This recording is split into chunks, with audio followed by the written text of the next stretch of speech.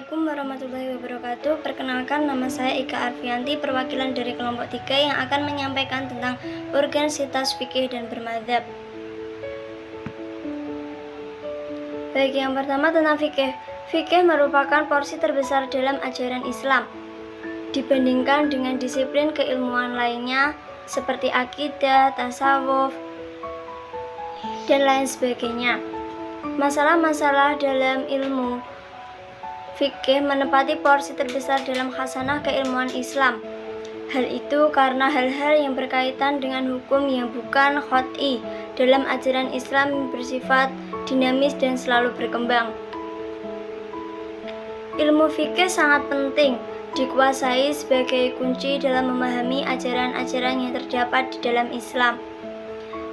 Sebagai fikih yang disiplin keilmuan dalam agama Islam telah berhasil menjelaskan dengan jelas dan tepat tentang hukum-hukum yang terkandung pada setiap potongan ayat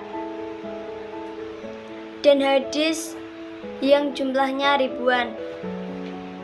Dengan menguasai disiplin ilmu fikih, maka ajaran agama Islam bisa dipahami dengan benar sebagaimana Rasulullah SAW dahulu mengajarkannya. Namun akan terjadi sebaliknya, jika memahami ajaran Islam hanya berpegang pada Al-Quran dan As-Sunnah saja dan mengabaikan ilmu fikih, maka akan terjadi yaitu penyelewengan terhadap makna yang terdapat dalam sumber hukum Islam atau Al-Quran dan hadis, khususnya ayat dan hadis yang mengandung implikasi hukum di dalamnya. Salah satu contoh bahwa ilmu fikih adalah alat yang sangat penting untuk memahami ajaran Islam dengan benar adalah dalam memaknai ayat-ayat hukum yang terdapat dalam Al-Quran maupun hadis-hadis hukum dalam kitab-kitab hadis. Yang kedua, tentang urgensitas madzhab. Memang tak ada perintah wajib bermadzhab secara syariah, namun bermadzhab wajib hukumnya, karena kaidah syariah adalah ma yatimul wajib ilaiha bihi fahwa wajib, yaitu apa-apa yang mesti ada sebagai perantara untuk mencapai hal yang wajib menjadi wajib hukumnya.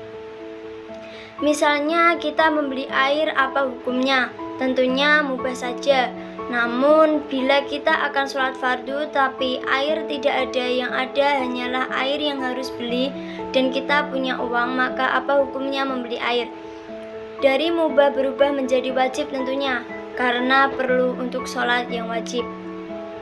Demikian pula dalam syariah ini, tak wajib mengikuti madzhab, namun karena kita tak mengetahui samudra syariah seluruh madzhab, dan kita hidup 14 abad setelah wafatnya Rasulullah SAW, maka kita tak mengenal hukum ibadah, kecuali menelusuri fatwa yang ada di imam-imam muhaddis terdahulu, maka bermadzhab menjadi wajib.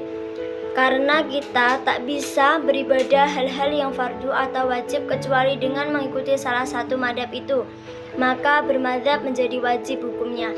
Sebagaimana suatu contoh kejadian ketika Zaidi dan Amir sedang berwudu, lalu keduanya ke pasar dan masing-masing membeli sesuatu di pasar. Dan masing-masing membeli sesuatu di pasar seraya keduanya menyentuh wanita, lalu keduanya akan berwudu. Lalu keduanya akan sholat, maka Zaid berwudu dengan Amir tak berwudu. Ketika Zaidi bertanya pada Amir, mengapa kau tak berwudu? Bukankah kau bersentuhan dengan wanita? Maka Amir berkata, aku bermadzhabkan Maliki.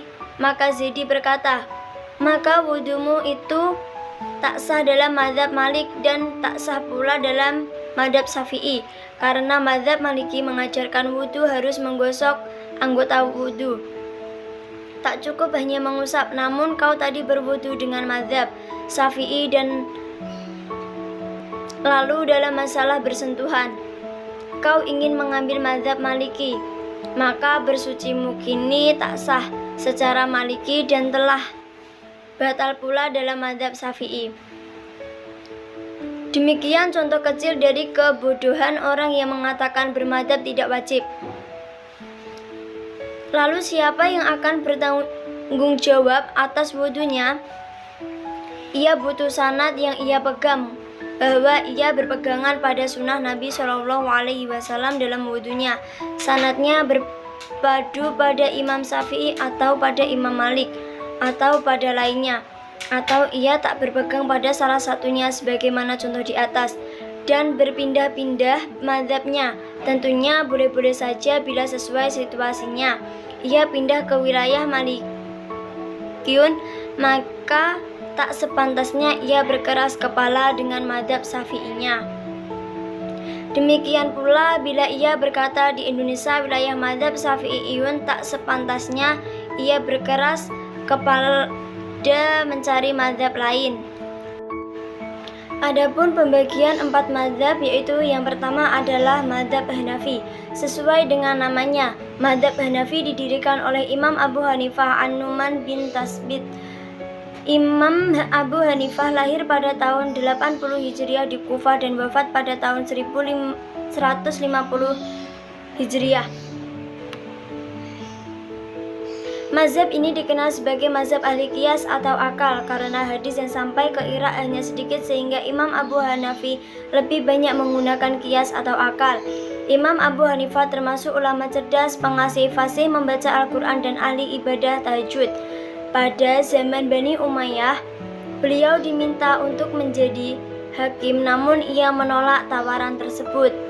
Meskipun begitu, mazhab Hanafi ini dapat berkembang karena menjadi mazhab pemerintah pada masa Khalifah Harun ar-Rasyid. Yang kedua, mazhab Maliki. Berikutnya yaitu mazhab Maliki. Mazhab Maliki dicetuskan oleh Imam Maliki bin Anas al-Asbahi.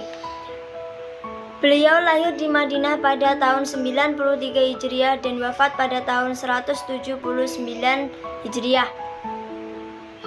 Imam Maliki ini merupakan ahli hadis di Madinah, di mana Rasulullah Shallallahu Alaihi Wasallam hidup dan menjadi tokoh penting di kota tersebut. Mazhab ini dikenal sebagai mazhab ahli hadis, yaitu hukum agama yang bersumber pada hadis-hadis. Dalam hal ini, Imam Maliki lebih mengutamakan segala hal tindakan dan perbuatan berdasarkan hadis Rasulullah Shallallahu Alaihi Wasallam, sebab menurutnya mustahil penduduk Madinah berbuat sesuatu bertentangan dengan perbuatan Rasul yang menjadi tokoh besar di kota tersebut. Mazhab ini dilahirkan di Madinah dan berkembang hingga ke negara lain seperti Maroko. Imam Maliki ini dikenal sangat hormat kepada Rasulullah Shallallahu Alaihi Wasallam dan menjadikannya junjungan dalam melakukan berbagai hal dan perbuatan di dunia. Bahkan salah satu sikap hormatnya ditunjukkan dengan tidak pernah naik unta di kota Madinah untuk menghormati makam Rasulullah Shallallahu Alaihi Wasallam. Yang ketiga, Imam Syafi'i. Sesuai dengan namanya, mazhab Syafi'i didirikan oleh Imam Muhammad bin Idris As-Syafi'i Al-Quraisy. Beliau lahir di Busah pada tahun 150 Hijriah dan wafat di Mesir pada tahun 204 Hijriah. Dalam hal ini, Imam Syafi'i banyak belajar kepada Imam Malik yang telah dikenal sebagai mazhabul hadis. Kemudian beliau pergi ke Irak dan belajar dari ulama Irak yang merupakan penganut mazhab qiyas atau akal. Di sini Imam Syafi'i berusaha menggabungkan mazhab qiyas dengan mazhab hadis. Inilah yang menjadi keuntungan mazhab Syafi'i dibandingkan mazhab lain. Yang keempat, mazhab Hambali. Mazhab Hambali didirikan oleh Imam Ahmad bin Hanbal Asy-Syaibani. Beliau lahir di Baghdad tahun 164 Hijriah dan wafat 248 Hijriah. Imam Hambali merupakan murid dari Imam Syafi'i. Selama belajar dengan Imam Syafi'i, Imam Hambali melahirkan mazhab yang digunakan untuk perbuatan-perbuatan afdol, bukan untuk menentukan hukum, yaitu tidak lain adalah hadis dhaif. Mazhab ini sangat berguna dan dapat diterapkan dalam kehidupan sehari-hari.